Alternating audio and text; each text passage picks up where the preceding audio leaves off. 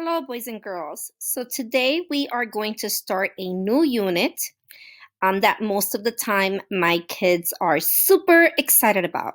We are going to start a unit about mythology.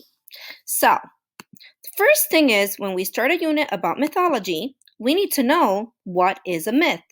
So, myths are traditional stories about gods, goddesses, and mortals with special powers. Just so that you know, a mortal is a regular person, which means that you die at some point. You can die, you can get hurt. A god doesn't die, or a goddess, okay?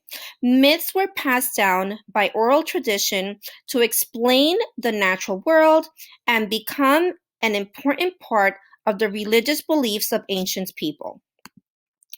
Myths are still an important part of our culture because they often describe timeless ideas, such as what do they describe? The creation of the world.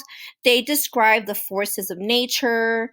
They also describe the battle between good and evil and universal human characteristics and emotions. So, the main point here is that myths have to do with nature, with the creation of something in nature, the creation of the world. How did fire come to be? How did ice come to be? And there are always two powers in a myth, the power of good and the power of evil. Where do myths come from? Every culture has some forms of myths. The Incas, the Mayas, the Aztecs, and Native Americans all had myths that were passed down through their history. The North Germans, Scandinavians, and Vikings created myths as well. You may have heard of Thor, right? Egyptian people, the Egyptians, created large temples and pyramids in honor of their gods and stories about them.